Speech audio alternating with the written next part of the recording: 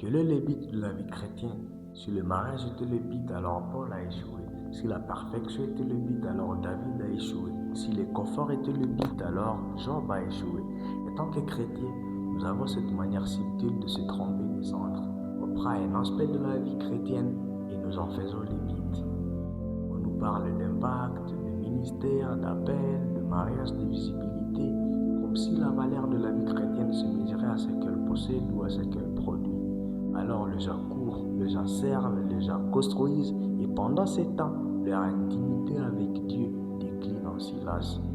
Christ n'est pas mort pour te donner une fonction. Le Christ est venu mourir pour te redonner une relation. On a créé des générations capables de parler de Dieu pendant des heures, mais incapables de rester avec lui pendant quelques minutes. Des générations qui connaissent beaucoup de prédications, mais qui ne reconnaissent plus la voix de l'Éternel.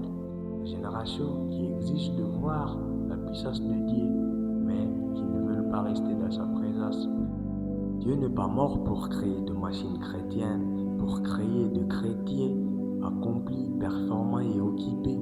Dieu est mort parce qu'il veut sûrement avoir de fils et de filles à ses pieds.